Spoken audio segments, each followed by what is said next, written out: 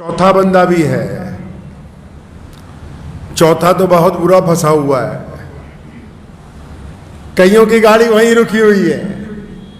چوتھا بھی ہے جس کا روزہ خراب ہو رہا ہے, جس کے روزے کے اندر خرابی ہے, جس کی مغفرت کا فیصلہ نہیں ہونے والا, جس کے سجدے قبول نہیں ہو رہے. چوتھا کون ہے یا اللہ؟ اللہ کے نبی صلی اللہ علیہ وسلم بتاتے ہیں چوتھا کون ہے یا رسول اللہ؟ کون ہے ایسا بندہ؟ ایک تو ماں باپ کا نافرمان ہے, ایک رشتہ داریاں توڑنے والا بھی ہے, قطع رحمی کرنے والا بھی ہے, شراب پینے والا بھی ہے. اب یہ چوتھا کون پھنس گیا؟ اچھے اچھے نمازی ہیں جو اس میں شامل ہیں.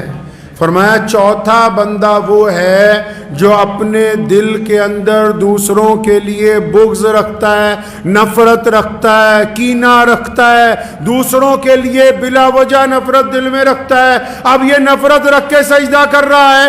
اگر میری جیب میں, عام مثال دے رہا ہوں میں, یہ کوئی قرآن حدیث میں نہیں ہے, اگر میری اوپر والی جیب میں پیسے ہوں, زیادہ سجدہ کروں گا گر جائیں گے. اگر اوپر والی جیب میں نعوذ باللہ کوئی نشے کی چیز ہو تو سجدہ کروں گا وہی گرے نا نیچے.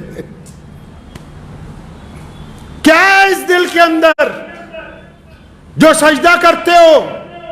فرمایا بغض رکھتے ہو دوسروں سے.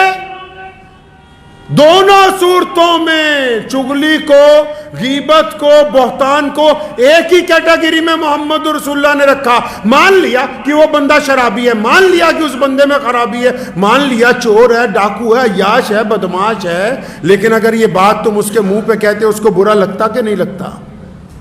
برا لگتا, وہ تم سے لڑ پڑتا. تم منہ پہ اس لیے نہیں کہتے کہ منہ پہ کہوں گا تو یہ لڑ پڑے گا. تو نبی علیہ السلام نے فرمایا کہ اگر یہ اپنے بھائی کی غیبت کرتا ہے, اس میں برائی ہے, تو برائی کو بھی بیان کرنا فرمایا منع ہے. اور اگر اس میں برائی نہیں ہے, تم کہتے ہو کہ چور ہے, وہ چور نہیں ہے. تم کہتے ہو بے ایمان ہے, وہ بے ایمان نہیں ہے. تم کہتے ہو ریاکار ہے, وہ ریاکار نہیں ہے. تم کہتے ہو زانی ہے, وہ زانی نہیں ہے.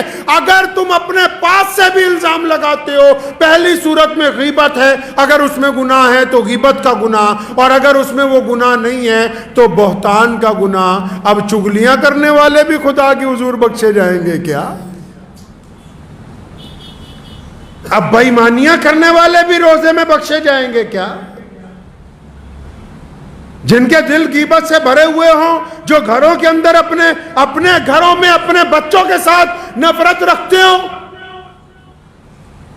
جو مسجد میں آتے ہوں پھر بھی پردھان کی جی کے چکر میں ایک دوسرے کی ٹانگ کھینچنے کی فکر میں رہتے ہوں, جو یہ سوچتے ہوں کہ فلاں کی خامی کیسے نکالیں, جو 24 گھنٹے اسی چکر میں, اب کسی گھر میں کوئی بہو ہے, کسی کی بیٹی بہو بن کے آ گئی, ہماری کہیں چلی گئی, ہم کہتے ہیں داماد اچھا ہو جائے لیکن ہمارا بیٹا اچھا نہ بنے اپنی بیوی کے لیے.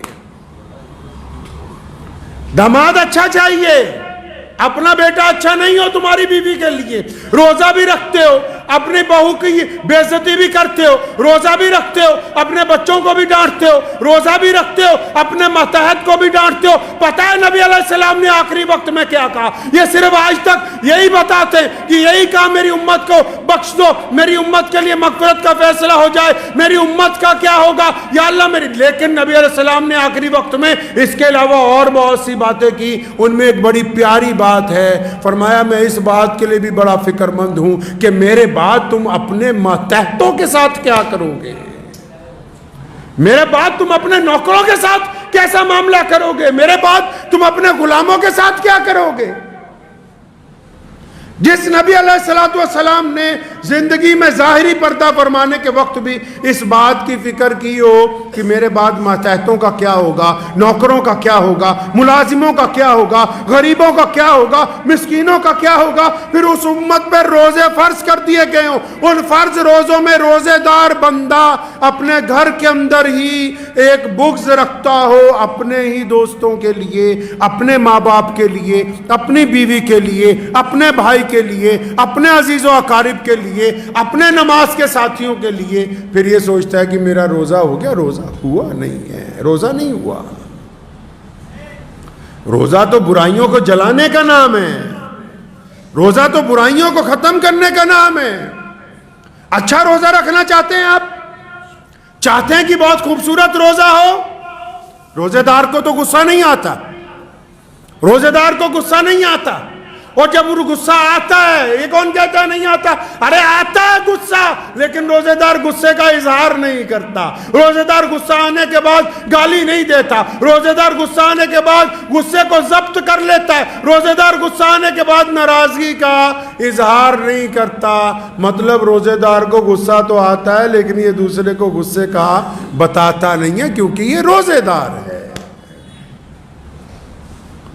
روزے دار کا عمل اور اس کا کردار اچھا، روزہ رکھنا چاہتے ہیں ماں باپ کی اطاعت کیجئے۔ ماں باپ کہہ رہے ہیں بیٹا جلدی گھر آ جاؤ، کہ نہیں ہم تو دیر سے آئیں گے۔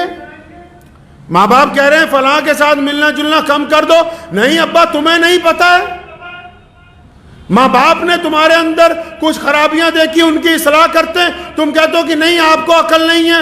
اگر آپ اچھا روزہ رکھنا چاہتے ہیں تو اپنے ماں باپ کی اطاعت کریں، اگر آپ اچھا روزہ رکھنا چاہتے ہیں تو تمام طرح کے نشے چھوڑنے کا عہد کریں اس رمضان المبارک میں۔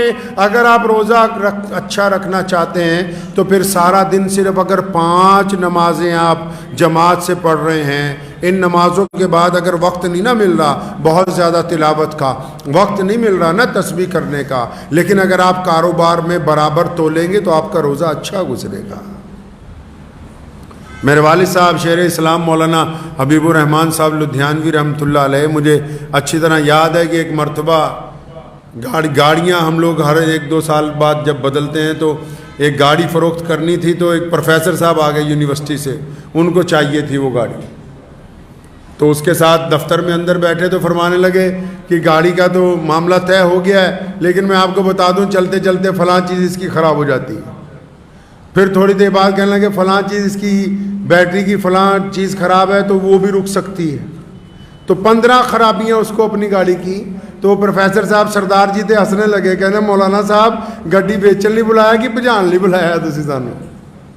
فرمایا نہیں، اس لیے بتا رہے ہیں تاکہ کل کو جب آپ یہ سامان لے جائیں، جب آپ یہ سامان لے جائیں گے اپنے گھر اور اس کی خرابیاں آشکار ہوں گی، یہ تو نہیں ہے کہ اس کی خرابیاں آپ کو پتہ نہیں لگیں گی، پھر آپ کہیں گے کہ ایک مسلمان نے جھوٹ بول دیا، ایک امام نے جھوٹ بول دیا۔ پیارا نبی حضرت محمد رسول اللہ صلی اللہ علیہ وسلم نے ہمیں یہ طریقہ عطا فرمایا ہے کہ ہم مجبوریوں کا کاروبار نہیں کرتے، ہم جھوٹ کا کاروبار نہیں کرتے، ہم بے ایمانی کا کاروبار نہیں کرتے، ہم ٹھگی کا کاروبار نہیں کرتے، ہم کم کھا لیں گے لیکن عزت کی روٹی کھائیں گے۔ بے ایمانی کا کاروبار نہیں کیا جا سکتا۔ رمضان کا روزہ اپنے روزے دار کو اسی بات کا پابند کرتا ہے، بار بار چیز میں کوئی خرابی ہے بتا دو کیا ہو گیا، 2 روپے کم ملیں گے، لیکن ان 2 روپے میں اتنی طاقت ہے کہ اللہ تعالیٰ اس کو 200 کروڑ میں تبدیل کر سکتے ہیں۔